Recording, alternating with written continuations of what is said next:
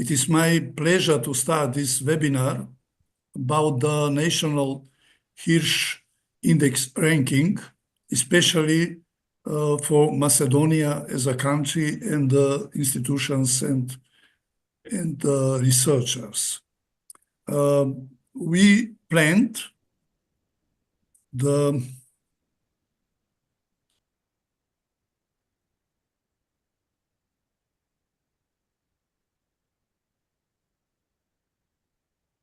program. Can you see the slide?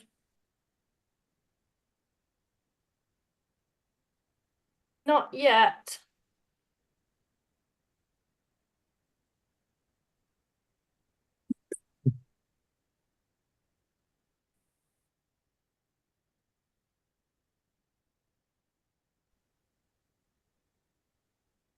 Now, probably.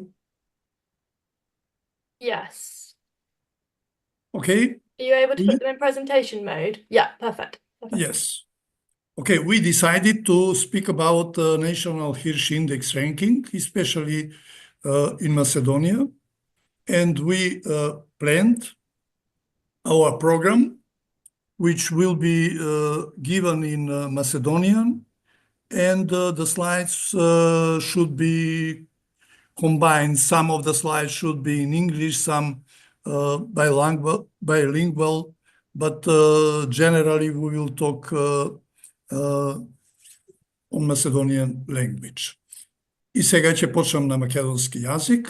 Значи, во програмата предвидовме јас да зборувам за македонското национално рангирање со Хиршовиот индекс. Потоа ќе зборува Славица Христоманова Митковска за Објавете или изгинете. Тоа е софтвер за пресметка на рангирање на Хиршовиот индекс. И потоа ќе зборува Иво Спировски за профили на организации и истражувачи во Web of Science, Scopus и Google Scholar како извори за рангирање на Хиршовиот индекс. Потоа на крајот ќе имаме дискусија од околу половина час. Ќе почнам јас со делот за македонскиот национален Хиршов индекс, односно неговото рангирање. Прво да кажам дека Хиршовиот индекс го воспостави Јорге Хирш во 2005 година и од десна страна е местото каде што е објавен, тоа е Proceedings of the New York Academy of Sciences и податоците за него. Дефиницијата на Хиршовиот индекс малку е необична, меѓутоа подобро е да објасниме на конкретен начин како таа се пресметува.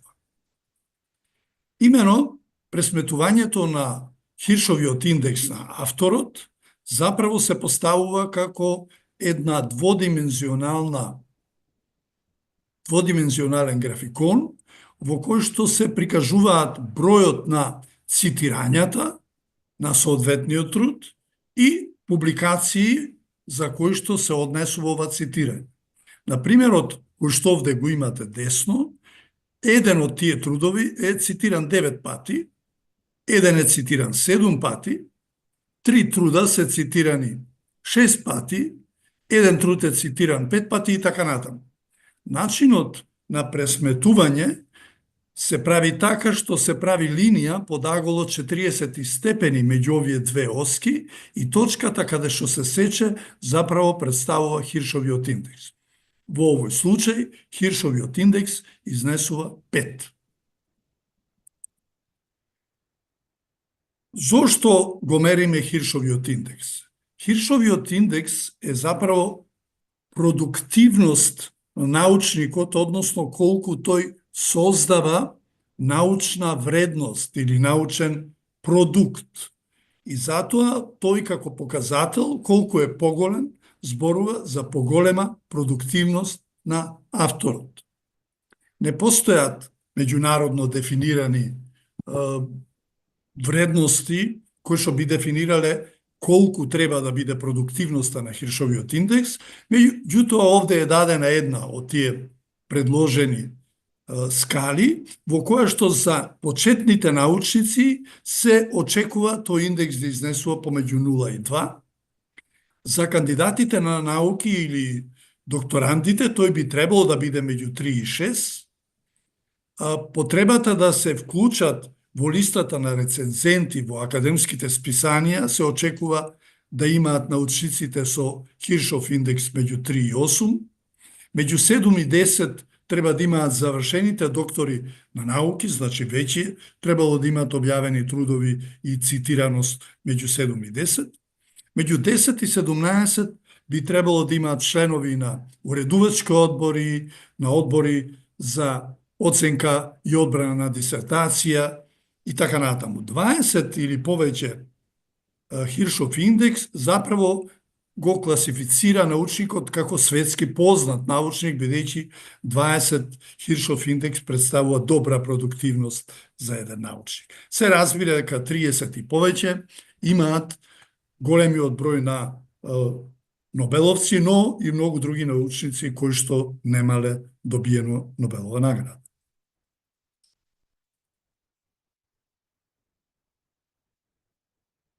Се разбира дека секој автор сака да го зголеми својот Хиршов индекс и овде се препораките како би тоа можело да се направи. Овие се дел од препораки, има и други, може да ги најдете во литературата. Прво и основно е што авторот треба да ги објави тие трудови кои што лично ги изработил, лично ги напишал и кои што имаат значајна научна вредност. Значи, оценката кој труд треба да биде објавен лежи на авторот во неговата лична проценка за значењето и вредноста на секој одделен труд. Бидејќи цитираноста зависи од факторите кои други луѓе ја препознаваат вредноста на трудот, тогаш е добро авторите да соработуваат со познати институции, лаборатории, личности и така натаму. Третата точка што е многу значајна е да се објави во така наречените списанија кои што не се неанглиски, односно тоа се language other than English, списанија надвор од англискиот јазик, на било кој друг јазик, француски, германски, македонски, локален или друг национален јазик, туку се препорачува да бидат објавени во списанија кои што се на англиски јазик и кои што се вклучени во базите на податоци, особено во Web of Science, во Scopus, па и други, PubMed и EBSCO и други кои што постојат во светот. Исто така е значајно да се размена трудовите со други автори или колеги кои работат на истата тема, за да можат да бидат прочитани и евентуално вклучени во цитираност. Особено треба да се внимава на библиографијата во објавувањето на трудовите, бидејќи форматот и точноста кој што е во нив, треба да ги исполнува во целост правилата што списанието ги задал. Кога ќе се поднесе труд за објавување, потребно е да се потполно 2 пати и повеќе кратно провери деталите за секој елемент кој што е напишан во тој труд. И како последно, 7, треба да се следи индексирањето на трудот во различни бази на податоци повремено од време на време. Постојат многу варијации на Хиршовиот индекс, јас одлучив да не ви ги дадам сега за да ве оптоварам, во дел од нив ќе зборува Славица, но на овој вебсайт кој што овде ви е даден, може да ги добиете сите варијации кои што се денес присутни, а ги има над 10 за Хиршовиот индекс и тој е коригиран зависно од времето, зависно од преметрањето на работата, зависно од некои други елементи кои што се коригираат од бројот на авторите кои што го има и така натаму. Ние одлучивме да помогнеме да се формира вебсайт на Македонскиот национален Хиршов индекс и тој е прикажан нова страница. Значи нова адреса, URL адреса, може да кликнете и да ги добиете податоците за Македонскиот национален Хиршов индекс. Еве во тој македонскиот национален Хиршов индекс може да се најде општи напомени за него, методологијата, топ 1000 научници кои што се во Google Scholar и топ 1000 во Scopus од нашата земја, потоа рангирање на организациите во Scopus, во Web of Science, во Scholar и рангирање на едукацијските институции во нашата земја. Главните постапки или значење за формирање на македонското национално рангирање со Хиршовиот индекс е затоа што е потребно да се користат податоците за Хиршовиот индекс од Scopus, од Web of Science и од Google Scholar, да се соберат и од нив да се пресмета националниот Хиршов индекс. Заради тоа беше потребно да соработуваме со некоја од институциите и ние одлучивме да соработуваме со националниот Хиршов индекс тим во Украина, кој што ги изготвува овие национални рангирања за повеќе земји. Првата етапа беше собирање на податоците и во тоа собирање на податоците ние направивме практично идентификација на официјалниот регистер на едукативни и научни установи од Министерството за образование и наука во нашата земја. Потоа, нашите ја креира официјалната веб страница на институциите со нивните логоа, со нивните вработени, со нивните имејли, со нивните оркит расположливи, кои што ги има на официјалните страници на институциите кои што се регистрирани во Министерството. И оваа база на податоци беше формирана во еден период од околу 6 месеци. Целокупниот тој материјал беше предаден на тимот за национално рангирање на Хиршовиот индекс и тие практично ја изготвија базата на податоци во април 2024 година.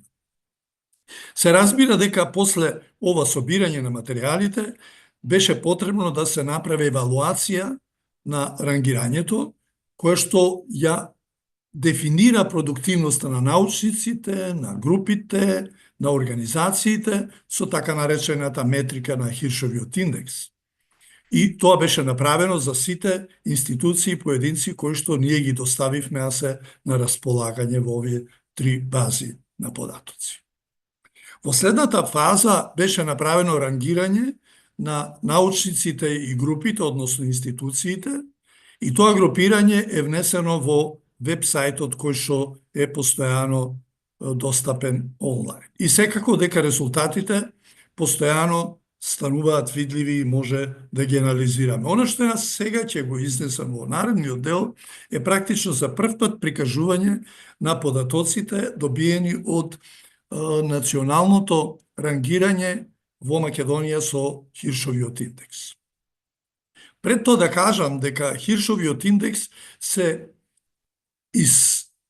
пресметува во сите главни бази на податоци, така Scopus има свој Хиршов индекс на сите трудови што се објавени во базата на Scopus. Не се сите списанија вклучени во Scopus. Значи, Хиршовиот индекс за цитираноста на авторите и институциите од нашата земја во базата на Scopus е дефинирана со Хиршовиот индекс во Scopus. Слично е направено и со базата со Web of Science, каде што нашите научници, односно институции, се вклучени во оваа база. Врз основа на овие 3 податоци, направен е така наречениот национален Хиршов индекс, кој што е аритметичка средина од Хиршовите индекси во Scopus, во Web of Science и во Google Scholar. Значи, врз основа на овие 3 бази на податоци и податоците кои што се внатре внесени, се пресметува 4 така наречен национален Хиршов индекс. Ова е формулата по која што се пресметува. Тоа е едноставна формула која што вели дека националниот Хиршов индекс е Хиршовиот индекс во списанијата што се цитираат во Scopus плюс Хиршовиот индекс во списанијата што се цитираат во Web of Science плюс 1/2 од списанијата што се цитираат во Google Scholar. и целиот тој број поделен со 3, односно упросечена вредност за Хиршовиот индекс на национално ниво. Овде одма се поставува прашање зашто 1/2 од Хиршовиот индекс, кога во другите две бази се користи целиот или 100%, тоа е затоа што стриктноста на анализа во Google Scholar е забележено дека изнесува приближно 2 пати помалу или 50% помалку од тие во Scopus и во Web of Science, и за да се направи нормализација, тогаш овој индекс се дели на половина и влегува во пресметката. Сега би сакал да ги кажам општите податоци за Македонската национална Хиршов индекс база за рангирање. Се гледа дека практично во почетокот имаше 40 организации, 22 едукацијски институции, кои што и сега се тие, бидејќи не е променето. Меѓутоа, Хиршовиот индекс во Google Scholar изнесува 214, кој што е сега зголемен, во Scopus изнесуваше 188, кој што исто така е сега зголемен, а во Web of Science Хиршовиот индекс на нашата земја генерално изнесуваше тогаш 117, а сега изнесува повеќе за неколку пати. Значи, од оваа база ние може да ги видиме генералните податоци за Хиршовиот индекс во нашата држава. Исто така може да видиме кои се тие потенцијални лидери во нашата република и како што е очекувано, може да видиме дека на прво место е заправо Универзитетот Свети Кирил и Методи од Скопје, кој што е со 108 Хиршов индекс или 6 повеќе од претходниот. Потоа на второ место е Македонската академија на науките и уметности со 62 Хиршов индекс национален, со плюс 4 во однос на априлското ажурирање на податоците. И на трето место е Гоце Делчев со 51 Хиршов индекс, кој што има зголемување од минатиот пат за 3 поени. Се разбира дека после овие 3 лидери во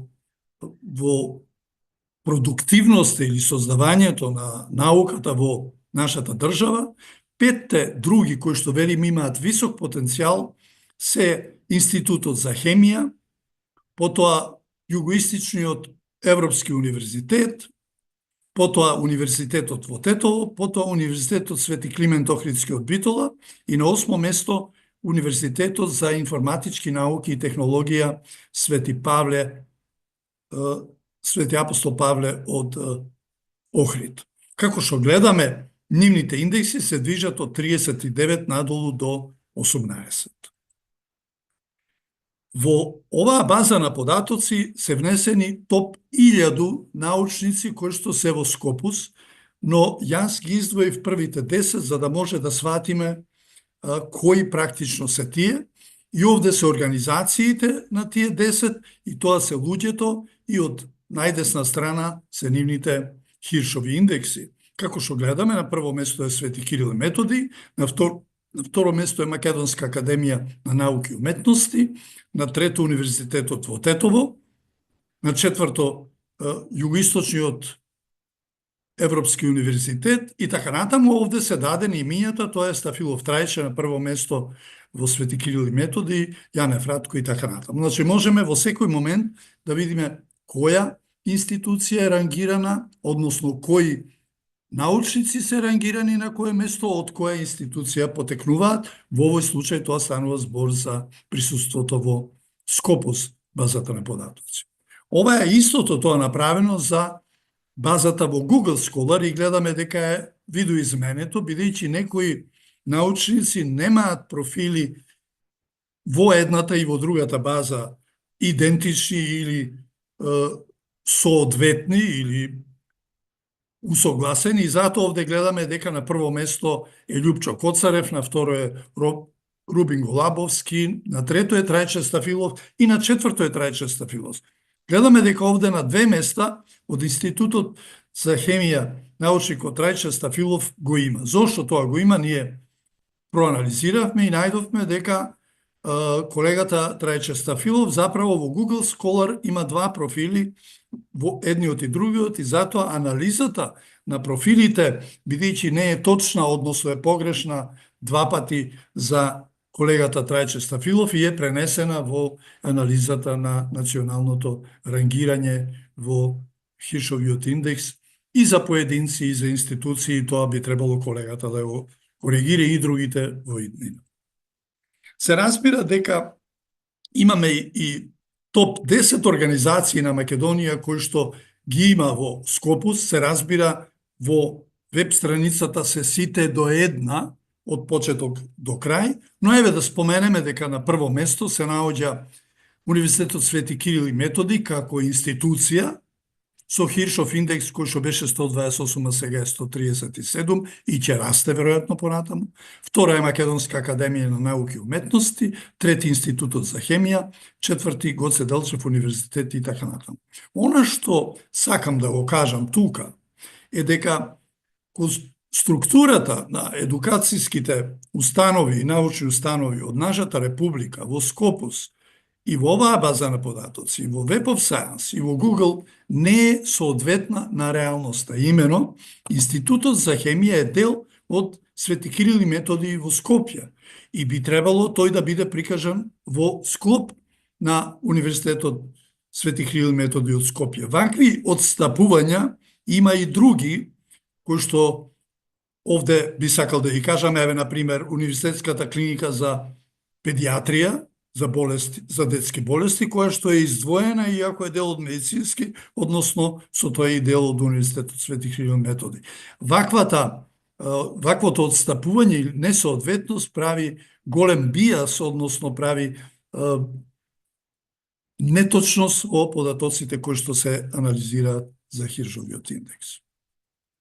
Исто така за 10 организации во Web of Science гледаме дека пак е на прво место Свети Кирил Методи и Македонска академија за науки и уметности, но на трето место овој пат Гоце Делчев универзитетот. Се разбира дека 10 најдобри институции во Република Македонија кои што имаат национален Хиршов индекс, значи оној комбиниран од трите поделен со 3, од кога го намалуваме за половина Хиршовиот индекс, пак се на прво место Свети Кирил Методи и на второ место Македонска академија на науки и уметности и на трето место Гоце Делчев универзитетот од Штип.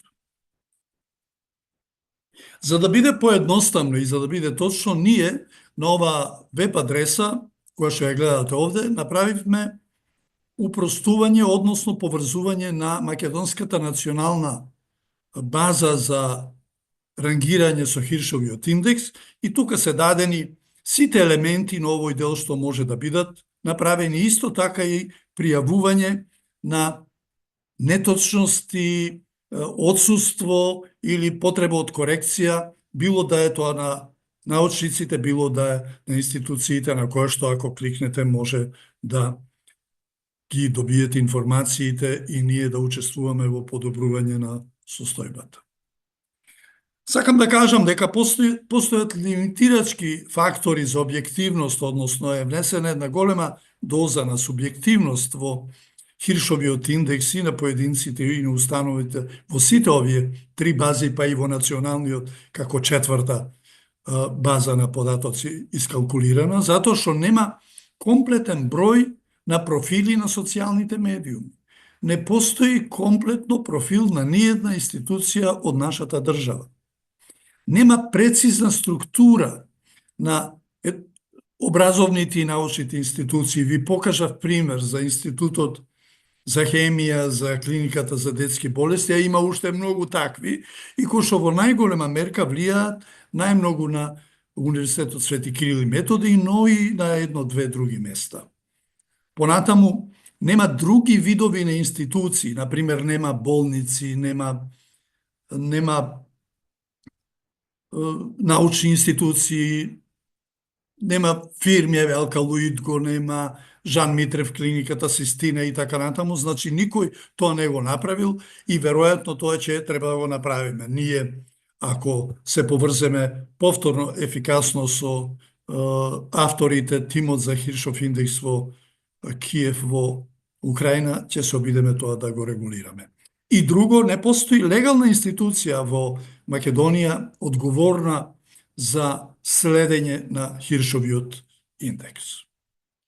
И на крајот да заклучам дека за прв пат во Македонија е креиран Македонскиот национален Хиршов индекс за рангирање како алатка за мерење на научната продуктивност на институциите и на научниците од нашата држава. И како второ, Македонскиот национален Хиршов индекс за рангирање би требало постојано да се обновува и да се постигне во реално време научната продуктивност на сите институции и научници во нашата земја. На крајот сакам да се заблагодарам на Катерина Спируска, која што го припреми целокупниот материјал од Министерството за образование и наука и базите на податоци во Excel формат со сите вработени, еден долг период, ама мощно значаен. Понатаму на националниот тим за рангирање со Хиршовиот индекс од Киев во Украина за креирање и прифаќање на нашите материјали кои што им ги доставивме. И на крајот на Денис Коваленко, кој што е одговорен за координација на научните податоци во научните публикации фирма од Киев, Украина, за тоа што ни овозможи поврзување меѓу тимот кој што го изготвува вебсајтот за национално индекс рангирање и нашата научна фондација. Тоа би било се. Ви благодарам на вниманието.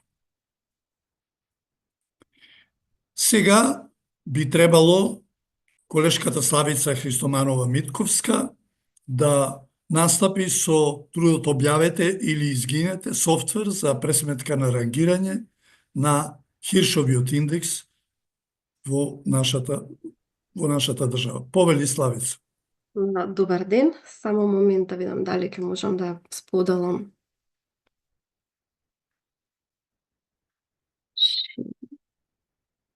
Дали се гледа?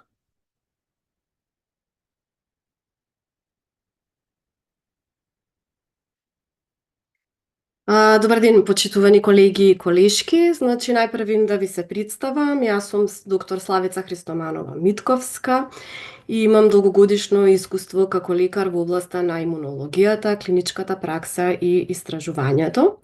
Од 2022 година сум главен и одговорен уредник на списанието за имунологија од Југоисточна Европа или Southeast European Journal of Immunology.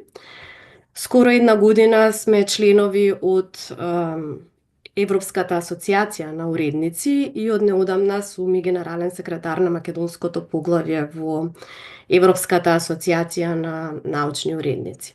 Меѓу другото, се залагам за унапредување на научната комуникација во Македонија и силно го поддржувам отворениот пристап во издавањето. Мојата денешна задача е да ви го представам подетално програмот Publish or Perish, или преведено на македонски објави или изгини.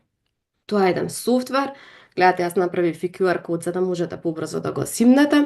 Значи, тоа е софтвер кој им помага на истражувачите, на научниците, па дури и на институциите да направат проценка на нивното влијание и да го оценат своето научно достигнување.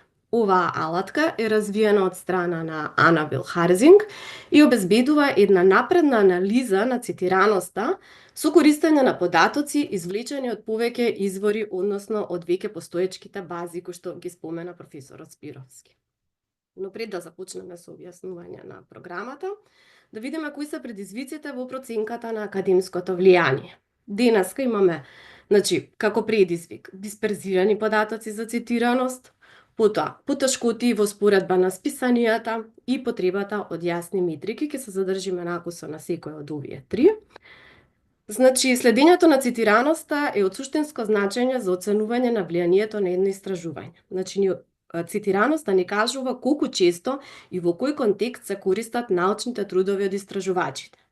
Да, денеска податоците за цитираност се дисперзирани и тоа најчесто в Google Scholar, Web of Science, Scopus и научниците, па дури институциите мора да ги пребаруваат овие различни извори за да можат да ја одредат цитираноста на своите научни истражувања. Меѓутоа, одредувањето на цитираноста не помага само во идентификација на клучните автори кои предонесуваат во одредена област, туку помага и да се утврди чие истражување имало најголемо влијание. Понатаму, дополнително, цитирањата ни служат и како референтна мерка за споредба на академските достигнувања, односно ни овозможуваат една објективна проценка на истражувачката изведба и поставување на стандарди за академската извонредност. Значи, на тој начин, систематското следење на цитираност не само што ни ги насочува едните истражувања или ни дава насоки кон кои полиња да се движиме, туку ја зајакнува позицијата на академската заедница, ни потикнува поголема видливост и препознавање на трудот на академиците и истражувачите. Понатака, вториот предизвик е споредбата на списанијата. Споредбата на научните списанија е отежната поради различните индекси на влијание кои што се користат. Дел од нив се Impact Factors, Imago Journal Rank, SiteScore и други, меѓутоа важно е дека сите користат различни методологии и сите имаат различни бази на податоци. Исто така мора да се потенцира дека и секоја научна дисциплина има различна стапка на цитираност. Понатаму, списанијата со отворен пристап често пати имаат поголема цитираност, ама тоа не значи дека тоа ја одразува нивната реална влијателност што имаат во научната дисциплина или научното поле. Исто така, автоцитирањето ја отежнува споредбата на различните индекси. Временскиот опсек на пресметката на индексите дополнително создава разлики и затоа е неопходно сите овие индикатори да се анализираат заедно, истовремено. И понатака, потребата од јасни метрики, бидејќи академиците за својата академска кариера, односно за унапредување, за добивање на грантови, за аплицирање на нови проекти, мора да имаат заеднички јасни, објективни и транспарентни метрики во донесување на одлуките, кои што се барани од страна на институциите. И неопходно е воспоставување на јасни и усогласени метрики кои ќе овозможат фер и прецизна проценка на академските достигнувања. Поради сето ова, се појавила потребата за креирање на една специјализирана алатка што ќе ги обедини и ќе ги анализира сите релевантни информации на едно место. Значи, потребна е една алатка која што ќе ги обедини податоците и ќе ни овозможи едноставен пристап до податоците од различни извори, како што се Google Scholar, Scopus, Web of Science и останатите. Алатка која што ќе ни даде една автоматска анализа на истражувачкото влијание, како што се колку години публицира тој автор, колку труда има тој автор, колку цитирања имаат тие трудови, Хиршовиот индекс и останати библиометриски индикатори и алатка која што ќе ни обезбеди помош при академските одлуки, односно ќе им помогне на институциите во носењето на одлуки за унапредување, доделување на финансии, грантови и слично. Значи, објави или исчезни или Publish or Perish софтверот е една алатка за анализа на академските метрики и цитирање. Еве како изгледа насловната страна од самиот софтвер, само момент. Значи, овдека имаме на почетокот ни ги покажува нашите пребарувања, значи што сме пребарувале. Доколку имаме проблем, не сме сигурни како да го користиме, веднаш овдека исто имаме и водич, значи на кој што можеме да притиснеме и да видиме како се користи.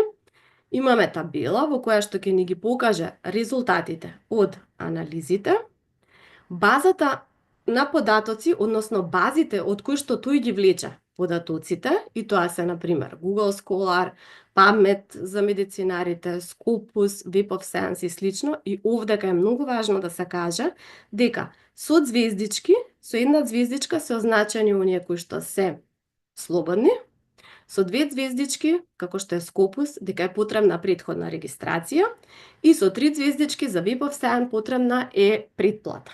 Значи, тоа е некоја подобрување на софтверот, претходно ги немаше, беа други бази, меѓутоа може би во иднина ќе го стават и Орцит, например. Потоа, од страната ги гледаме Библиометриските индикатори, односно метриките кои што овој софтвер ни ги анализира, и долу во табелата ќе видиме како се покажуваат резултатите од пребарувањето. И сега, зошто е важен овој софтвер? Овој софтвер е важен бидејќи, како што гледате, ни овозможува еден едноставен пристап до разни метрики, што им помага на истражувачите да си ја оценат својата научна продуктивност, а исто така да видат какво влијание имаат одредени трудови или на институциите да им покажат какво влијание имаат одредени автори и слично. Значи, метриките кои што ќе ни ги покаже овој софтвер или метриките за анализа на истражувачкото влијание се години на објавување, години на цитирање, колку објавени трудови има тој автор, колку цитирање има годишно, цитирања по објавен труд и слично. А од индексите јас би се задржала на Хиршовиот индекс, кој што ја мери продуктивност и влијанието на цитирањата на истражувачот. И еден практичен пример е, ако видиме дека некој има Хиршов индекс од 10, тоа значи дека има тој автор најмалку 10 труда кои што се цитирани најмалку по 10 пати. Исто така, софтверот ни го дава и Г индексот, кој што е како дополнување на Хиршовиот индекс и ни дава една дополнителна информација за авторот, бидејќи го зема и бројот на публикации и распределбата на цитирањата. Значи дека ако некој има Г индекс од 10, тоа значи дека тој има најмалку 10 труда со Г на квадрат цитирања, односно ако 10, значи имаме најмалку 10 труда со најмалку 100 цитирања на тие 10 трудови. И кога ќе видиме дека нели некој има H-индекс 7, например, тоа значи дека има 7 труда кои што се цитирани најмалку 7 пати, ама ако Г-индексот е 10, значи дека од тие 10 труда имаме вкупно најмалку 100 цитирања. Понатака имаме варијации на H-индексот, тоа се Х нормализиран индивидуален H-индекс, тоа ја прилагодува всушност H-индексот во научната област, бидејќи сите научни области не се исто цитирани, не се исто застапени во литературата. И со овој нормализиран индивидуален H-индекс ни се овозможува една покоректна споредба помеѓу научните области. Потоа имаме годишен индивидуален H-индекс, кој го мери H-индексот во однос на колку години е активен тој истражувач, и просечен цитирачки H-индекс, кој што го комбинира Хиршовиот индекс и просечниот број на цитати по труд. И на крај, она што исто така е значено во овој софтвер да се погледне е годишниот број на цитирања, кој што се пресметува како број на цитирања што еден труд ги добива годишно. Односно, вкупниот број на цитирања поделен со бројот на години од објавување. Многу сложено звучи, меѓутоа, ако за годишниот број на цитирања 1, 2, 5, 10 и 20 добиеме резултат 5, 4, 3, 2, 1, тоа значи дека петката одговара на единицата, односно постојат 5 трудови со годишен број на цитирања од најмалку 1 цитат годишно, или 4 трудови со годишен број на цитирања од најмалку 2 цитати годишно. И така натаму, 3 труда со најмалку 5 цитати годишно и така натаму. И сега да видиме како практично можеме да го користиме софтверот. Значи, покажавме претходно во базата, јас сум ја одбрала овдека базата Google Scholar и мислам дека ќе успеам да зумирам, да. Значи, го внесов моето име Славица Христоманова Митковска и она што ми го даде е дека имам 15 труда со 9 цитирања, H-индекс од 2, G-индекс од 3 и слично. И ако ги погледнеме овдека годините, ќе видиме дека годините на моите публикации се од 2015 до 2023. Че ова не е неточно, ова е нецелосно. Бидејќи, значи, тоа е со женските автори, значи, јас претходно имам публицирано со друго име и во базата каде што се пребарува, постои опција, значи постои шанса да се стави или зборчето END, значи и како Славица Христоманова Митковска и извади ги сите трудови како Славица Христоманова, или се става една вертикална црта и со иницијал и презимето. Од кога ги внесов вака пребарувањата, ситуацијата се промени. Меѓутоа ќе се задржам малце на екранот затоа што ова е многу важно, бидејќи ние во нашите македонски презимиња имаме многу често буквата Ч И тие автори понекогаш можеме да ги најдеме дека објавуваат како ЦХ или како Ц во презимето. Или буквата Ќ, КЈ или само К. Значи, кај нив треба да се внесе во пребарувањата, например, во Google Scholar и со Ц презимето и со ЦХ. Значи, или вертикална цртичка или енд зборчето да се додаде, или за женските автори кои што го промениле презимето, да се додана, да се стават двете презимиња и еве сега како се промени ситуацијата. Значи, бројот на, само да го зголемам, бројот на трудови се зголеми, бројот на цитирања, Х-индексот и еве како што можеме да видиме дека годините на публицирање се зголеми. Значи, мораме да внимаваме и да ги проверуваме, бидејќи секогаш, значи, кога се повлекуваат податоци од базите може да бидат нецелосни, ние да сме дале нецелосни податоци, како што јас го направив тоа со моето презиме. Значи, секогаш треба да внимаваме и да не ги земаме баш здраво за готово, туку убаво да ги провериме. Понатака, следната шанса за пребарување е пребарување според списание. Значи, автор го пробавме, второто е или по публикација, ако сакаме одредена публикација да ја видиме колку пати е цитирана или слично.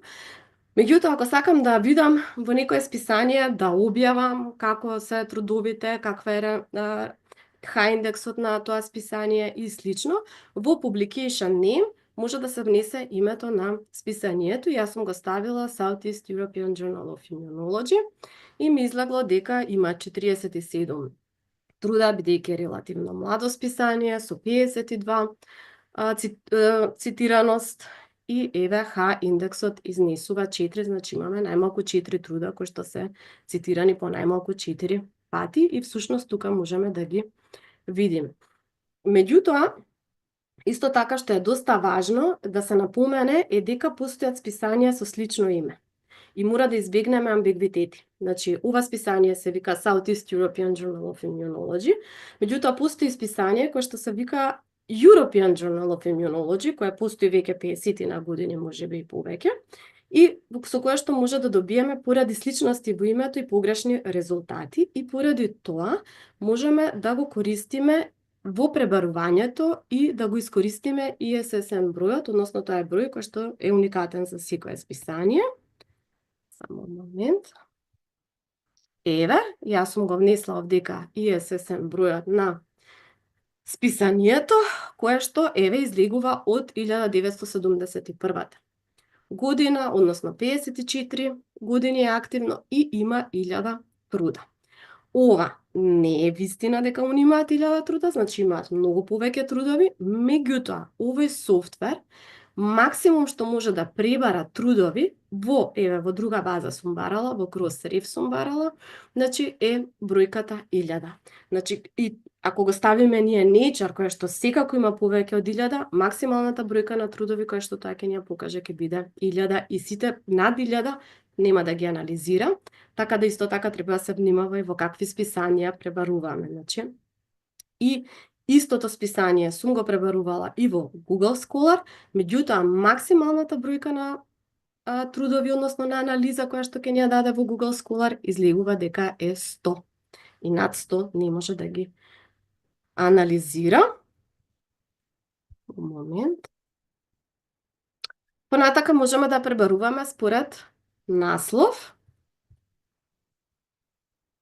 односно да бараме зборови кои што се содржат во насловот на некој труд кој што сакаме да го прочитаме или да го цитираме или да го разгледаме или да видиме какво влијание има тој труд во областа во која што истражуваме. И сега јас сум ставила, например, имуноглобулин Е. Меѓутоа, бидејќи има илјадници трудови кои што содржат во својот наслов имуноглобулин Е на Google Scholar, сум направила едно ограничување да ми ги извади само трудовите кои што се од 2020 до 2024 година и максималната бројка на резултати да биде 100.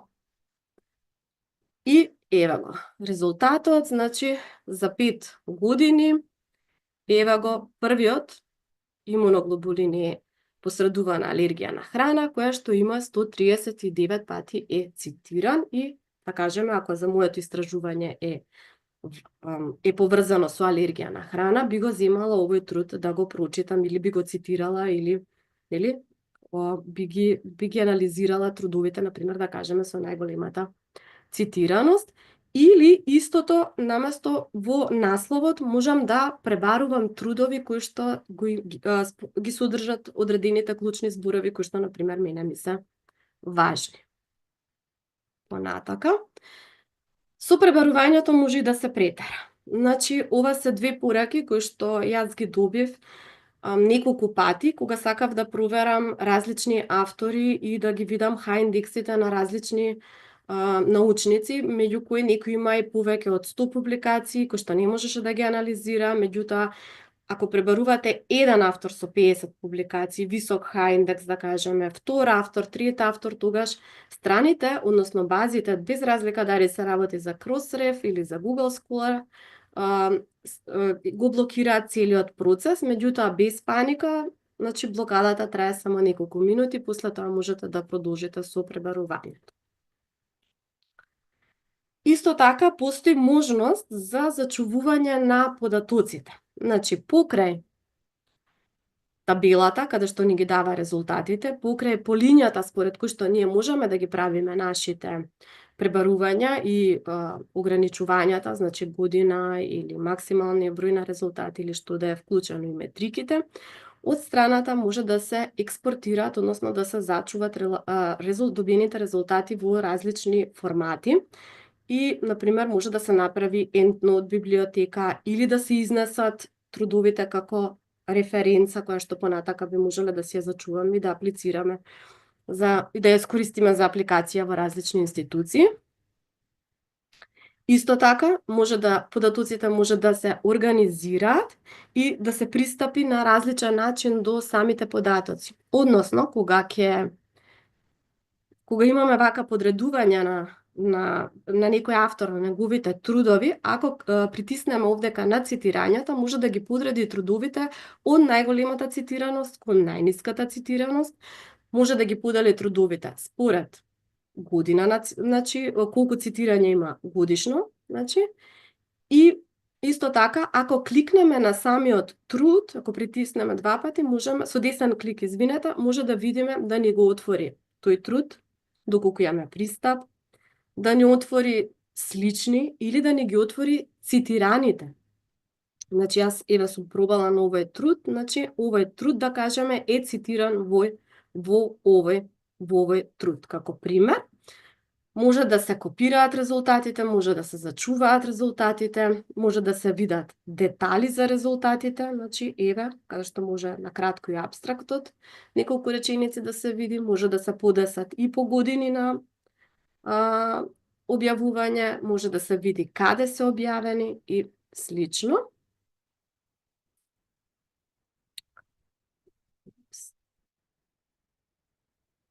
Јас се извинувам, сгрешив.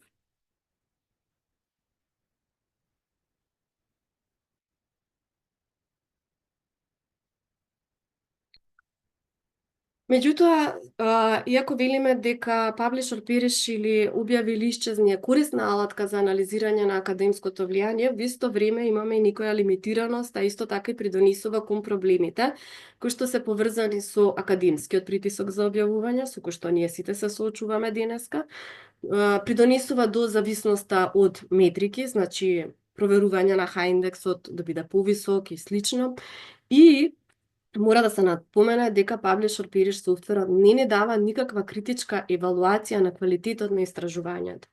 Значи, она што мораме исто така да потенцираме е дека може да имаме некој автор со H-индекс многу висок, меѓутоа G-индексот, например, да биде многу низок, и некој автор со H-индекс од 3, кој што има само 5 труда, ама тие 5 труда, едниот од нив, например, да биде 350 пати цитиран, при што неговиот G-индекс ќе биде висок.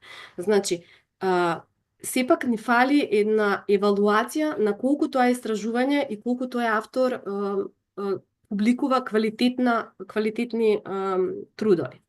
Исто така, една од лимитираноста е, како што видовме, ограниченост на бројката на пребарување на 1000.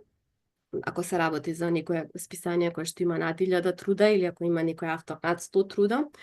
Имаме ограничување во достапноста на базите, што значи дека на некои бази, како што беше Web of Science, треба да имаме надворешна претплата и обично тие ја користат институциите. И, нели, како што рековме, претплатата за дел од базите за да се добијат податоците. Инаку предностите се дека е бесплатен пристап и лесен е за користење, значи секој може да го користи. Има транспарентни метрики, H индекс, G индекс, број на цитирања, број на публикации, колку години тој автор публикува и слично. Има широк опсег на поддржани извори на цитирање. Има флексибилни параметри за пребарување, видовме, можеме да пребаруваме по автор, можеме по списание, по тема, наслов, клучни зборови. Имаме можност да ги зачуваме податоците во повеќе формати. Едноставна е инсталацијата, значи на компјутер, и нема зависност од оперативните системи, значи без разлика каков користите може да се инсталира лесно, и обезбедува брз преглед на продуктивноста на авторите, односно резултатите ги добиваме за неколку минути. Меѓутоа имаме како недостатоци, мора да кажеме дека постои и потенцијална неточност на податоците, се потпира на надворешни бази кои што можеби не се целосно комплетни. Постои, не ги прикажува автоцитирањата, кои што може да ни дадат погрешни резултати. Резултатите може да варираат во зависност од базата на податоци и дека немаме некои вградени аналитички алатки за визуализација, немаме некоја структуриран приказ и неможност за повеќе пребарувања во еден краток временски рок, како што ве кажав, ако пребарувате повеќе автори еден по друг, самата Google Scholar ќе ве блокира на одреден временски период. Значи, тоа е се. Би ве советувала да го испробате софтверот, навистина е лесен за користење и исто така има од страната и упатство за користење водич, значи за било какви прашања, било какви проблеми ги имате опишано внатре. Че ви благодарам за внимание. Славица, многу ти благодарам за изнесеното предавање. Само да потенцирам дека тоа е практично слободен софтвер и може да се симне, значи не треба да се плати и може да се користи со овие ограничувања кои што ти ги изнесе. Мислам дека целосно ги објасни предностите и недостатоците и можностите за користење и мислам дека слушателите би можеле да го користат доколку имаат потреба од него. Многу ти благодарам, после ќе се чуеме во дискусијата. А сега наред е последното предавање, што треба да го изнесе Иво. Тоа се профили на организации и истражувачи во Web of Science, Scopus и Google Scholar, како извори за рангирање со Хиршовиот индекс. Иво, повели. Благодарам.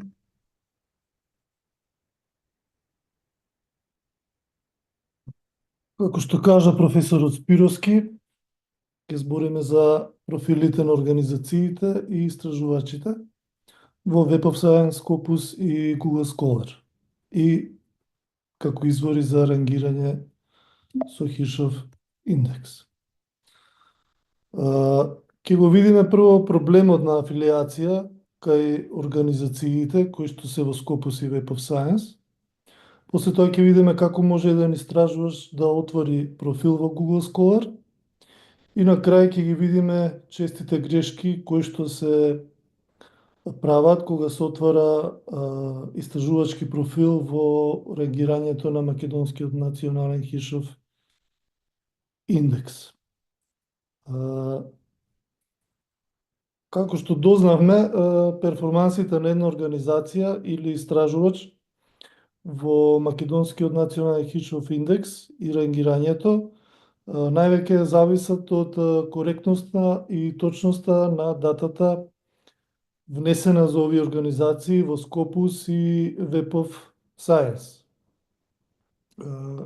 Афилиацијата во Scopus и Web of Science во овие датабази они работат со хиерархиска афилиација, односно секој научен труд е поврзан со специфична организација која што може би е дел од поголема институција. Исто така може да се појави и некомплетни податоци во овие афилијации и тоа ќе го видиме што се случува во тој случај. Овде може да видиме како изгледа еден профил на организација во Scopus. Може да се види дека има основни информации, статистика на објавени трудови, хиерархиска структура на афилиациите, на организациите и институциите и представен е и изворот каде што се објавени трудовите. Како може да провери некој автор дали неговата афилиација во Scopus е точна? Со едноставно кликнување на табот за автори во профилот на организацијата, после тоа се врши пребарување на авторот, профилот на авторот кој што бара, се гледа дали е афилиацијата на организацијата точна и исто така може да се провери во последниот објавен труд со кликнување на тој линк. Како изгледа профил на институција во Web of Science? Web of Science, како дел од библиометриските бази на податоци, нуди можност за пребарување по организација и трудови и публикации афилирани со таа организација, меѓутоа не нуди комплетен профил на организација. Како може да се провери афилиација во Web of Science во тој случај? Во тој случај се иде на Advanced Search, се лимитира пребарувањето по името на афилираната институција и името на авторот. Доколку не ги пронајде, нема резултати во пребарувањето, тогаш значи дека афилиацијата е внесена со друга организација во објавениот труд. Исто тоа може да се провери во последниот објавен труд со кликнување под keywords во author information. Сега, кои се клучните точки за да биде афилиацијата на организацијата точна во Scopus и Web of Science? Прво, треба да се користат стандардизирани имиња на институции научни или образовни институции, официјални имиња со точно име. Треба да се биде јасен во пишувањето, значи да се прескокнуваат кратинки и акроними и да се запази форматот на внесување на организацијата или институцијата со запирка, спейс и слично. Исто така, може да се појави и повеќе кратни или дуплирани афилиации. Во тој случај може да се коригираат овие, меѓутоа нема да биде трудот поврзан со профилот на институцијата. Која е битноста на точната афилиација во рангирањето на националниот Hirschhoff индекс? Битно е затоа што доколку афилиацијата не постои на организацијата, тогаш нема да биде рангирана во националниот Hirschhoff индекс, Scopus и Web of Science. Профилот исто така нема да биде на авторот поврзан со научната организација и нема да се појави авторот во топ 1000 научници во Scopus и дури ќе бидат и грешни библиометриските податоци. Исто така, рангирањето, да, нема да биде точно. Овие може да се коригираат со директно обраќање до Scopus и до другите бази на податоци. Сега, за да се отвори профил на автор или истражуваш во Google Scholar, прво треба да кажеме дека е битен тој профил затоа што Македонскиот национален Hirschhoff индекс ги рангира организациите, институциите според хишовиот индекс во Google Scholar. Доколку не постои во Google Scholar, нема да биде рангиран во топ 1000 научници.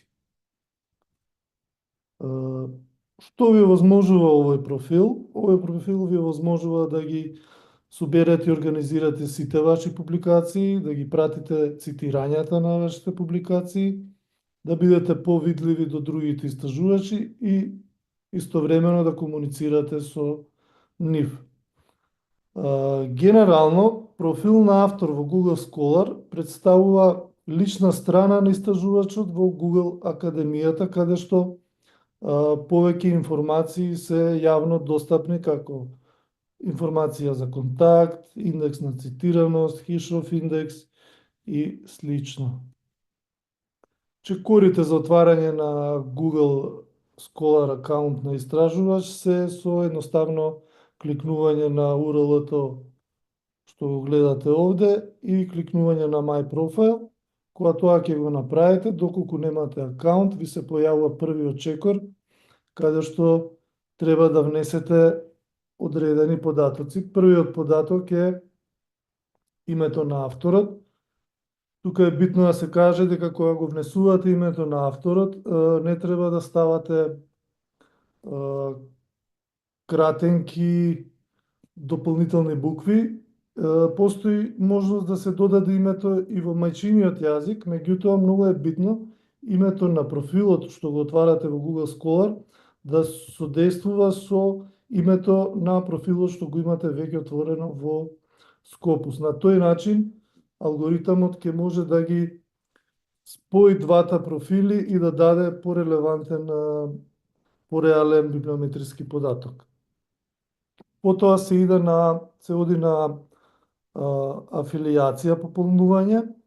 Треба да се пополни афилијацијата со официјалното име на организацијата, треба да се внесе официјалната имейл адреса, треба да се потврди таа имейл адреса од официјалниот домеин, да се стави линк до организацијата во која што сте вработени, неколку клучни зборови и после тоа се иде на втората фаза, каде што ги внесувате вашите научни трудови или во група или како посебни и мора се напомене дека се внесуваат само трудови кои што се напишани од вас и каде што сте вие ко автор.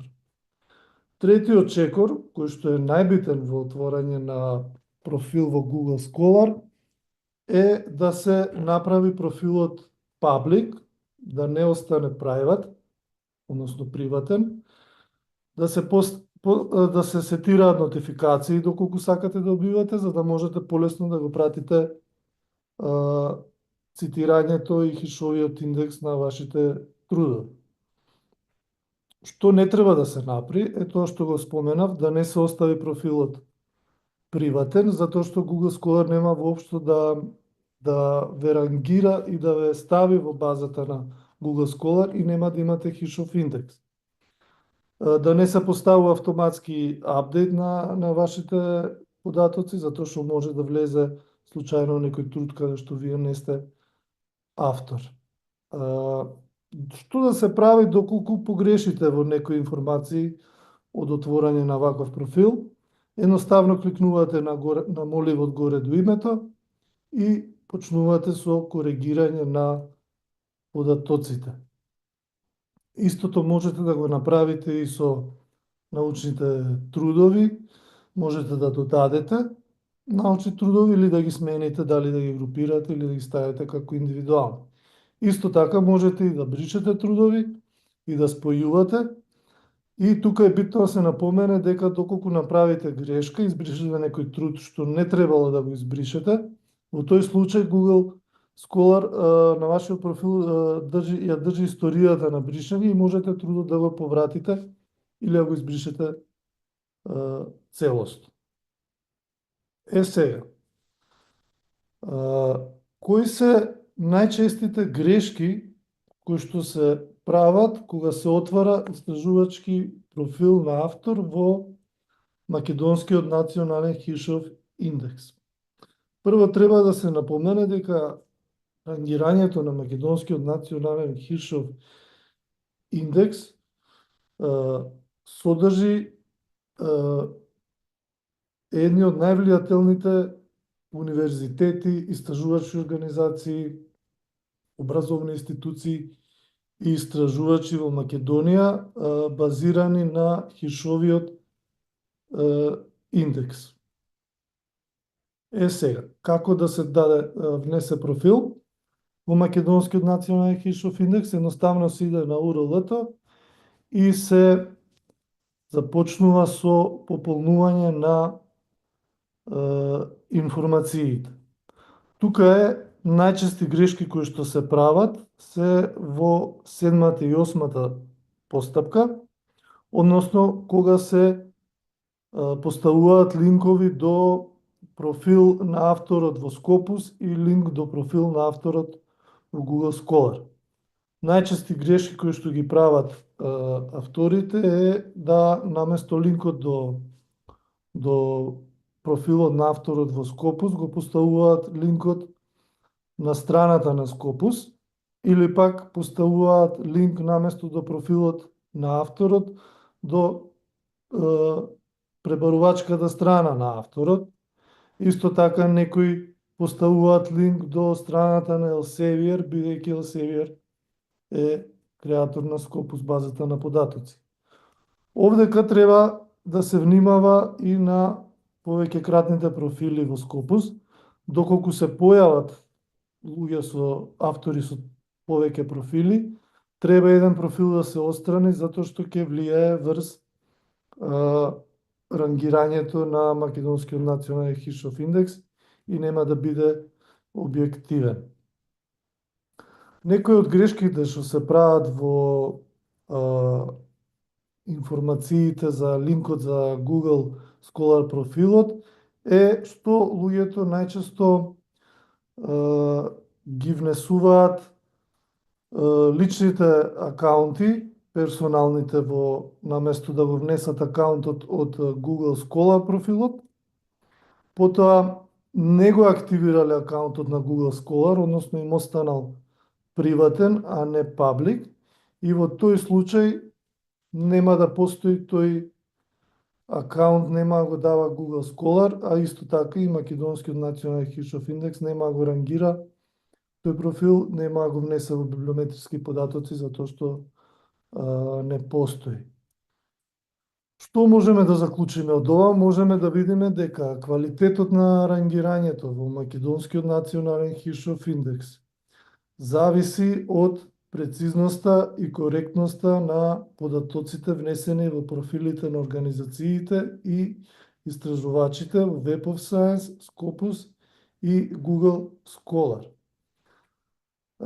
Затоа неминовно е секој вработен во научна или образовна институција да креира профил во Web of Science, во Scopus и во Google Scholar, и неминовно е да се коригираат овие податоци што се појавуваат во профилите на институциите и научниците во Web of Science, Scopus и Google Scholar, за да може да се добие една по-објективна бројка или ситуација во рангирањето со Македонскиот национален Хиршов индекс.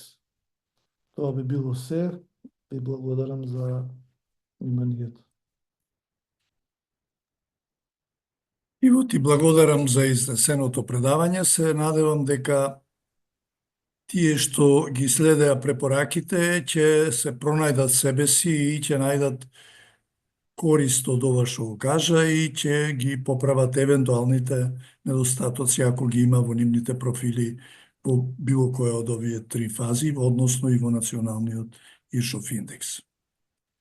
После ова би требало практично да ја започнеме дискусијата и во наредните половина и нешто час би можеле да дискутираме по содржината на сите три теми. Повелете за дискусија.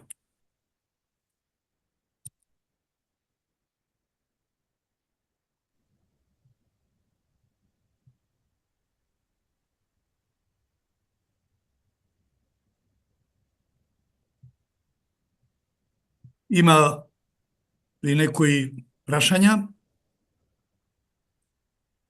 Има прашања во Q&A делот.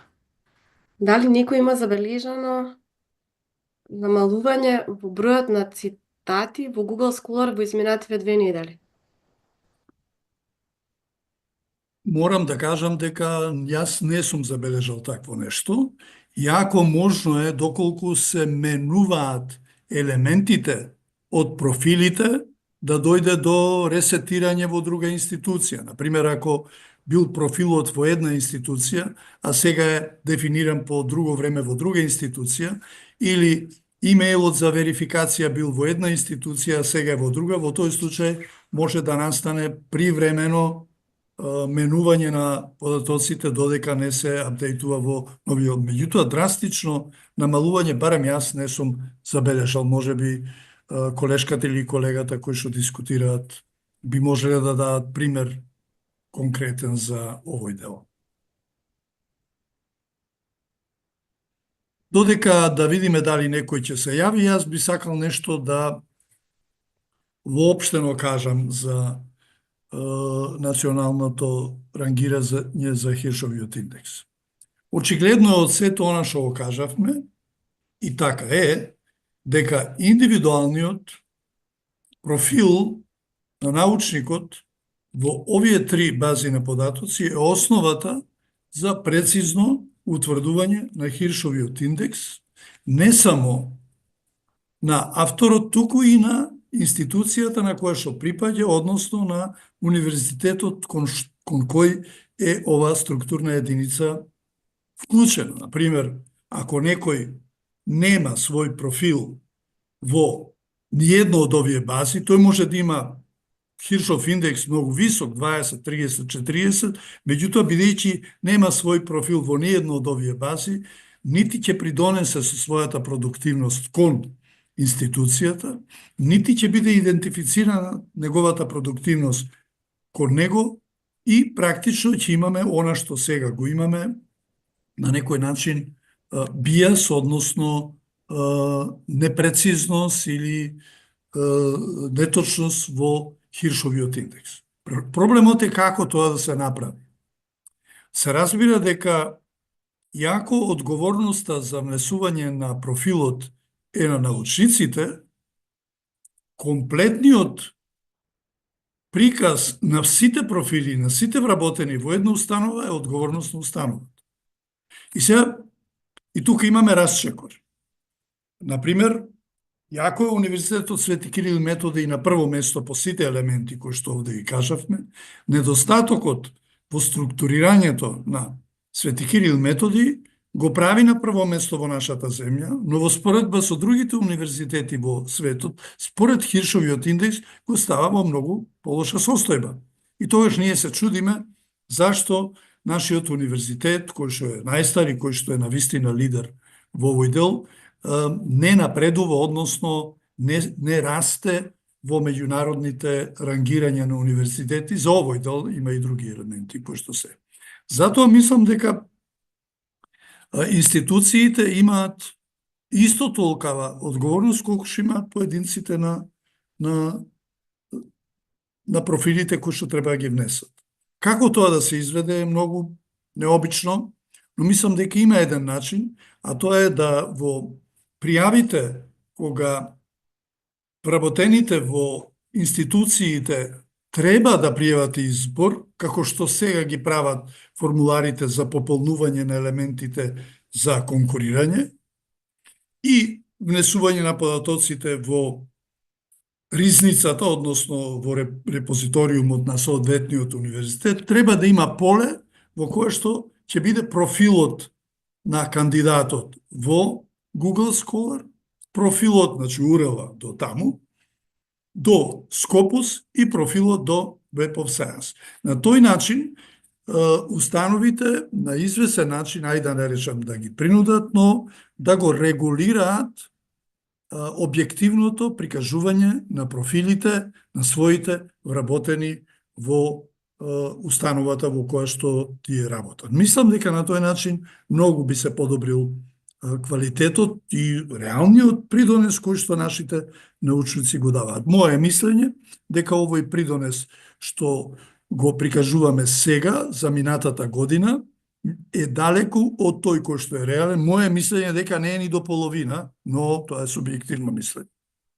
Вториот крупен проблем кој што се појавува е што ги нема не образовните и не научните институции, а тоа за земјата е многу значено. Ако се рангира земјата со Хиршовиот индекс, не припаѓаат само научниците од наставните и научните институции, туку и од другите. Еве, да земеме специјалните болници, Систина или други, или трети, или четврти. Да земеме институти, еве Самаковски да земеме. Ако кликнете таму, ќе најдете заправо дека има и научници, и придонес кои што имаат и така натаму.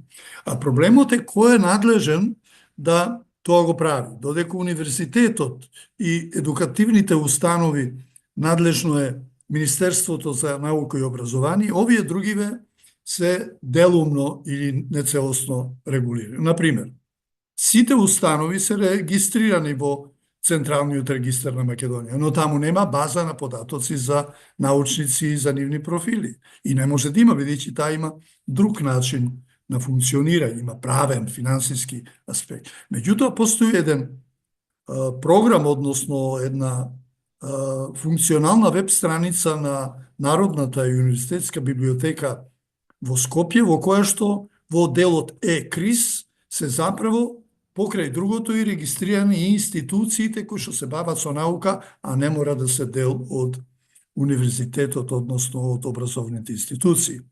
По моја проверка, таму има негде околу 301 институција, има многу кои што припаѓаат, а не се дел од универзитетите, меѓутоа како тоа да се уреди, ќе видиме како тоа во иднина да го направиме. И таму не се сите институции регистрирани, бидејќи и тоа не е афирмирано, нема едукација на институциите и научниците на овој начин, меѓутоа со време би можело и ова да се направи и да се вклучат во националниот Хиршов индекс и со тоа да се зголеми Хиршовиот индекс на нашата држава. Тоа се помена некои елементи кои што би можеле да бидат дискутабилни.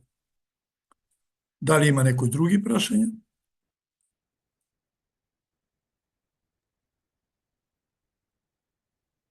Професорот Владимир Трајковски има изгледа прашање. Да, ако ми даде. Најпрвин честитки до професор Спировски, колешката Христомана Митковска и колегата Спировски исто така за презентациите. Значи горе долу мене ова се ми е познато нормално, но да дојдов за да дадам подршка и еве за тоа и се вклучувам во ова дебата сосема накусо, нели, би истакнал дека метриката е можна значајна секако, како што напоменавте и вие, во напредувањето на еден автор, на еден млад научник, па и повозрасен научник, ако сакате. И проблемот кој што е во однос на Институтот за хемија, например, и клиниката за детски болести, мора да го реши УКИМ. Ја не знам сега дали е проректорката присутна или некој друг од ректоратот, но тоа со едно писмо, барање, мора некако да се узогласи, затоа што има дисперзирање на метриките и не е логично Институтот за хемија да се јави како поединец, инаку не се јавам со камера, бидејќи немам таква можност од хостот, веројатно од господјата Мери Ходжсон, затоа сум само со аудио. Значи, мора допис да се упрати од ректорката, од ректоратот, до овие институции да си ги променат сетирањата на профилите, како што каже и колегата Иво Спировски, да се направат одредени промени и така, фактички, УКИМ би дошол уште на повисоко ниво. Во однос на втората работа, што истакна професорот Спировски, веројатно тука владата треба да одигра клучна улога со испраќање на дописи до сите овие институции, пред се Министерството за образование и наука, како што е, нели, приватните болници, да не им правам сега реклама, да не ги спомнувам, или во светот на електрониката, оваа фирма што ја споменав професорот од Прилеп, и така натаму има уште доста други солидни компании приватни. Сега прашањето е колку тие ќе сакаат да учествуваат во ова, бидејќи јас мислам дека нив профитот им е пред се, а не толку науката. Ние гледаме со други очи, ние гледаме повеќе кон образование и наука, тие гледаат повеќе кон профит и не знам колку би имале интерес да седнат тие, па да пополнуваат бази на податоци, да отвараат профили и така натаму и така натаму. И третата работа, околу Google Scholar, ја го пишав во четот, не знам кој го следи, како го следи, но да кажам тука, да, има веројатно кај сите, но може би вие не сте проверили, има намалување на цитатите, тоа само знае Google Scholar зашто е така. Јас претпоставувам дека може би им се дуплицирале некои цитираности во минатото, па сега седнале тие направиле подетална анализа и кај мене има околу намалување околу 50 цитираности во базата на Google Scholar. Ете, толку од мене, ви благодарам за вниманието на сите.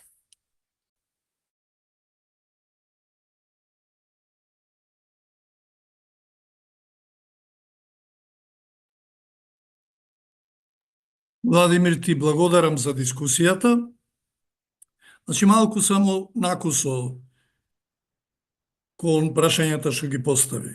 За Google Scholar јас не сум забележал дека има намалување, меѓутоа намалувањето е прашање она ти како што рече коригирање на нивниот квалитет на трудовите, што е едно, или намалување необјективно, што е друго. Јас претпоставувам, бидејќи цела научна јавност во светот гледа и знае дека Хиршовиот индекс во Google Scholar е 2 пати скоро поголем од Хиршовите индекси на Scopus и на Web of Science, кои што имаат многу стриктно, односно прецизно контролирање на тоа што се внесува во базата, дека тие почнале да прават коригирање и дека веројатно ќе дојдат и тие во некое блиско време, блиско до Scopus и до Web of Science, но тоа е моја, се извинувам, предпоставка. Во однос на погрешното структурирање, особено на УКИМ, тоа неколку пати јас го имам објавено и изнесено и разговаравме минатата година со проректорката за наука, Валентина Гечевска, професорката, и го видовме и ми покажаа дека неколку пати тие напишале писма до Scopus за да се направи ваквата измена, меѓутоа до сега УКИМ ги менувал своите имиња според Scopus 250 пати. И практично последниот проблем што го има УКИМ со структурирањето е по преименувањето на Универзитетот за бизнис во Универзитет во Скопје. Затоа што кратенката од Сент Сирил Методиус University of Skopje е идентична со University of Skopje и голем дел од трудовите кои што биле во Универзитетот во Скопје по регистрацијата на овој ново именуван универзитет се доделени кон овој универзитет и големи преписки има направено. Тоа е едната работа. Значи не е дека не реагираат и дека не е напишано писмо, има, пишуваат и се обидуваат, меѓутоа многу тешко оди. Предпоставката е дека бидејќи нашата влада, добро ти кажа, тоа е работа на владата, нема чланарина за Scopus за целата држава, веројатно Scopus не чувствува потреба да сите барања од државата ги направи квалитетни како што би требало да бидат. Тоа е моја предпоставка.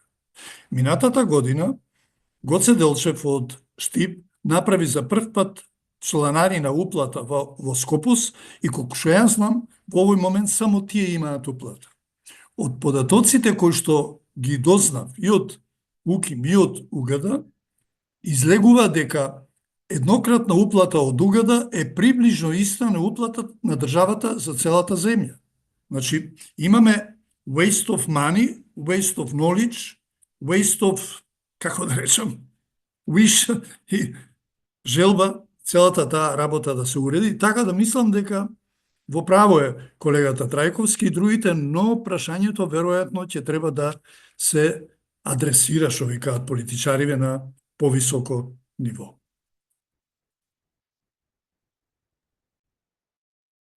Имам уште Има ли? неколку прашања овдека. Повели? Колегата Сашо има уште едно прашање. Дали е возможно да вештачки се зголеми H-индексот и ако да, како се прави тоа? Исклучувајќи ги автоцитирањата. Нажалост да. Нажалост да. Значи има две тенденции.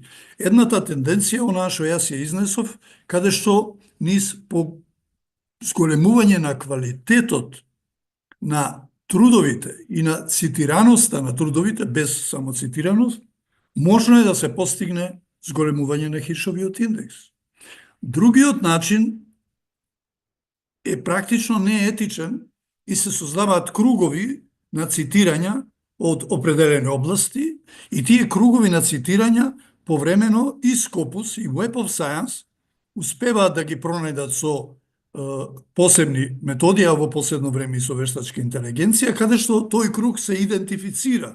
Бидејќи ако јас ја цитирам Славица, а Славица ме цитира мене, а ние тројцата го цитираме Иво, тогаш кругот, триаголникот за трудовите се идентифицира во вештачка интелигенција како меѓусебно цитирање и тие во таков случај прават исклучување на списанијата, а и по некои преиспитувања на метриката на Хиршовиот и другите индекси.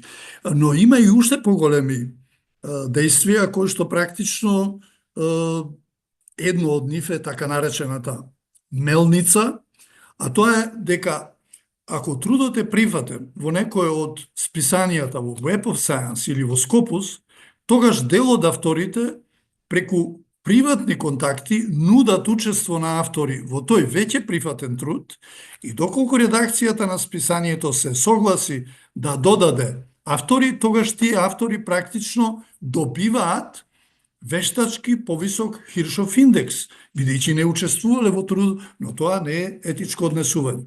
Последниве неколку месеци на ова прашање многу сериозно се обрнува внимание, има и препораки како тоа да оди и што да се прави. Една од тие да не се прифати вклучување на нови автори од кога е поднесен трудот. Тоа е едно од тие кои што се обнови како посебно како да речам, предострожност кон овие мелници во кои што се добиваат не само Хиршовиот индекс, туку и број на трудови и број на цитираност на неетички начин. Колку знам, мислам дека е тоа така.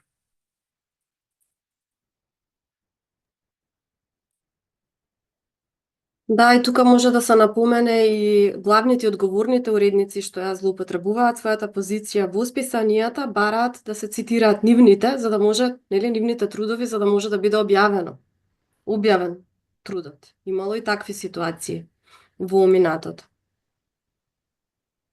Да, меѓутоа, тоа е негативна појава. Меѓутоа, Да. мене ми прави нешто друго забелешка. Например, ние толку многу свртени кон англиските објавени трудови или на англиски јазик објавени трудови, забораваме за нашата автохтоност и употребата на нашиот јазик во научните трудови. Ние имавме вебинар минатиот за употреба на македонскиот јазик во научните трудови и покажавме дека постои Хелсиншка декларација за употреба на локалните јазици во научните трудови за да може да се афирмираат вредностите, продуктивноста и квалитетот на науката на локално ниво. Не значи ако еден труд кој што јас сум го направил и е вреден сам за себе и бил напишан на македонски јазик, само затоа што другите не го разбираат македонскиот јазик, има помала вредност отколку истиот тој труд, довлакно идентичен, ако биде објавен, прифатен и објавен во некое списание на англиски јазик. И тоа е вториот дел во овој дел, е што ние заради тоа и не цитираме, или помалку цитираме, автори од нашата средина, од нашата држава, од нашите институции и практично ние се само уништуваме. Ако ние не ги вреднуваме нашите автори од нашата држава кои што придонеле, не е лажно, туку реално, во тој случај ние самите себе како викаат овие нови, пукаме во нога. Значи, не ги почитуваме. Мислам дека прашањето за објавувањето на македонски јазик и другите неанглиски јазици во светски рамки ќе биде решено со новите технолошки решенија, а тоа е со автоматскиот превод на извадоците, со користењето на превод со вештачката интелигенција, а можеби и софтверско директно преведување на локалните јазици на англиски јазик или на било кој посакуван јазик. Во тој случај нема да биде проблемот јазикот, туку ќе биде технологијата и суштината. И малку тука нашата држава би требало да повнимава, но да видиме дали некој ќе се обиде тоа да го регулира. Добро, имаме неколку прашања од колегата Джансон. Како што знам, ниеден универзитет нема пристап во Web of Science, дали креирањето на приватен профил треба да се изврши индивидуална уплата? Креирањето на профил на Web of Science е слободно, не се плаќа. Меѓутоа, Web of Science, за да се користи од страна на Publisher Parish, за да направи анализа на некој автор, треба да има надборишна уплата, односно предплата. И тоа обично го користат универзитетите во проверка на авторите кога сакаат да добијат унапредување или грантови или слично. Да, одговорот е тој, но сепак бидејќи нашата држава воопшто не е предплатена на Web of Science, тогаш и овие проблеми кои што се пресликуваат од Scopus, се пресликуваат и во Web of Science. Например, и во Web of Science Институт за хемија е издвоен од УКИМ. И сега, бидејќи нема нашата држава предплата кај нив, не може, предпоставувам, исто помалку може, како во Scopus, да ги коригира грешките и вам. И иако индивидуално е можно, сепак генерално, како институционално е помалку можно. Инаку, навистина, за поединци, за да се отвори профил, нема потреба да се плаќа. Добро, имаме уште две прашања. Дали мислите дека треба H-индексот да се воведе како критериум за избор во звање? И на ResearchGate постојано има разлика со Google Scholar. Дали цитираноста или читаноста на ResearchGate може да игра улога во H-индексот?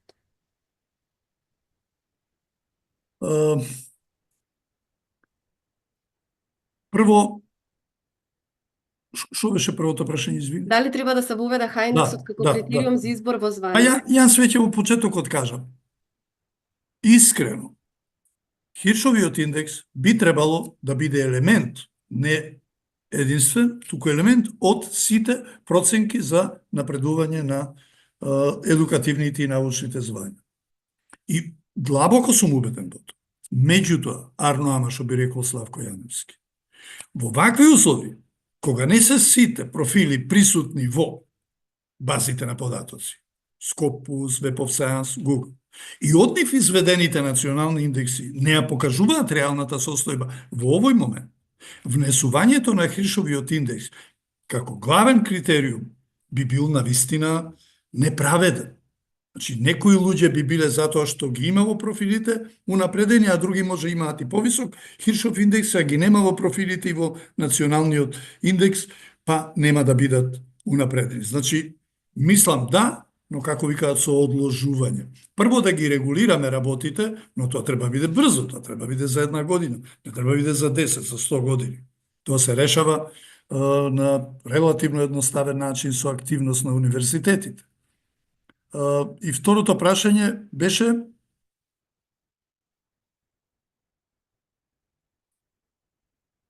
на мјуци. Винете. На ResearchGate постојано има разлика со Google Scholar. Дали може да игра цитираноста или читаноста од ResearchGate во улога во H-индексот? Значи вака, ResearchGate има своја собствена методологија на цитирање, земајќи ги објективните податоци, вклучувајќи ги и Хиршовите индекси. И тој прави, колку што ја знам, еднаш годишно, повторување на пресметките и индексите кои што ги дава нивниот R-индекс, кој што е таму и други индекси. Се разбира дека во тој период од една до друга година, која ќе направи реевалуација, доколку има промени на авторите во овие бази на податоци, бидејќи се тие елемент од R-индексот, тие ќе бидат пренесени ваму. Но, обратно не е. Значи, R индексот базира на податоците во овие три бази на Хиршов индекс, но R индексот не е вклучен во Хиршовиот индекс. Ме сваќате? Значи, практично има влијание врз податоците во ResearchGate, но цитираноста во ResearchGate нема ефекти врз останатите три бази, колку што јас знам.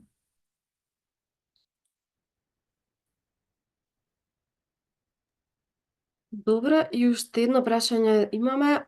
Дали може нешто повеќе да кажете околу нееднаквоста на индексите за различните полиња? Например, математичките трудови не се толку цитирани и не може да се постигне висок индекс. Тоа е многу сериозно прашање. Има математички варијанти на Хиршовиот индекс во кој што се коригира цитираноста во подрачјата. Например, во молекуларната биологија, која што е state of art во последниве години, има огромен број високо квалитетни, високо цитирани трудови. Хиршовиот индекс е многу поголем и ќе биде поголем, бидејќи ако за еден труд во молекуларната биологија го читаат, измислувам, 10.000 автори, веројатноста дека 10 од нив ќе го цитираат е многу поголема од еден труд во анатомија, во кој што има, да речеме, 1000 автори, значи би било логаритамски различно и тоа е така.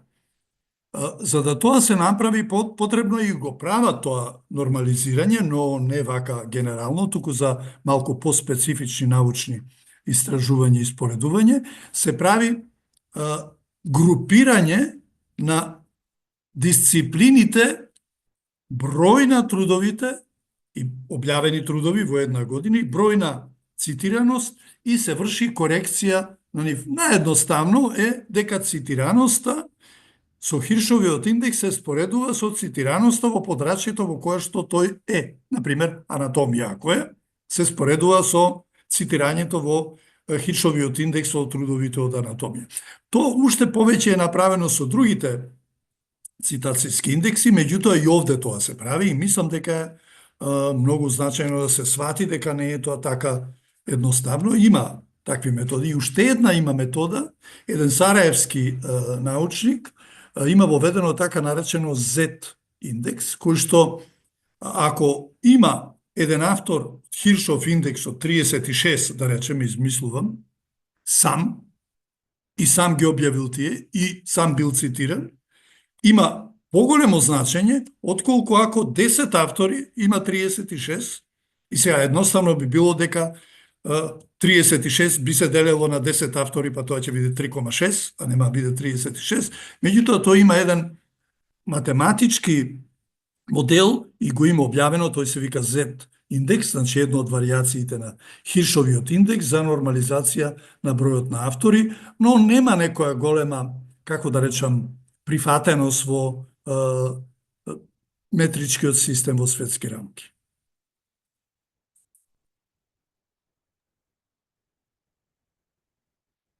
Добро, имам уште еден коментар. Иако не ми е област, ако грешам однапред се извинувам, ама проблемот начнат за трудовите од областа на математиката, мислам дека е од областа на општествените науки. Да, генерално помалку се публицира во општествените науки во тоа поле, а исто објавувањето на локалниот јазик ја намалува нивната видливост, следствено и цитираност. Тоа е точно, меѓутоа е точно затоа што не постојат технолошки алатки во овој момент за мигновено преведување на посакуваниот јазик. Например, трудовите кои што ги имаме во некое списание што објавува на македонски јазик, доколку немаат извадок на англиски јазик, тие се нечитливи. Особено до сега. Меѓутоа, ако тој има технолошка алатка која што само ќе кликне, прочитај го на англиски јазик, као што имаме, знаеме, веќе почнува тоа, веб страниците, Google и другите веќе го имаат, ако тоа се вклучи на веб страниците во PDF фајловите на списанијата, да автоматски се преведе, тогаш оваа лимитираност нема да постои. И мислам дека тоа е само прашање на време кога тоа ќе дојде. Секако дека ние не би требало тврдоглаво да одиме да објавуваме само на македонски и да чекаме да дојде тоа време, но треба да бидеме свесни дека сепак суштината на научниот придонес е квалитетот на научниот податок. И дека тој квалитет, доколку објавен на локален јазик, помалку ќе биде користен во светски рамки, но ќе биде користен. Ако тој квалитет во овој момент е на англиски јазик, тој истиот идентичниот квалитет ќе биде повеќе вреднуван, цитиран и со Хиршовиот индекс и со другите индекси, меѓутоа најмногу со Хиршовиот индекс. Според тоа имаме некаков гап, некаква меѓувреме, додека да технолошки се овозможи локалните јазици да бидат во ист момент преведени на англиски јазик со висок квалитет, да не се изгуби суштината на квалитетот на научниот труд.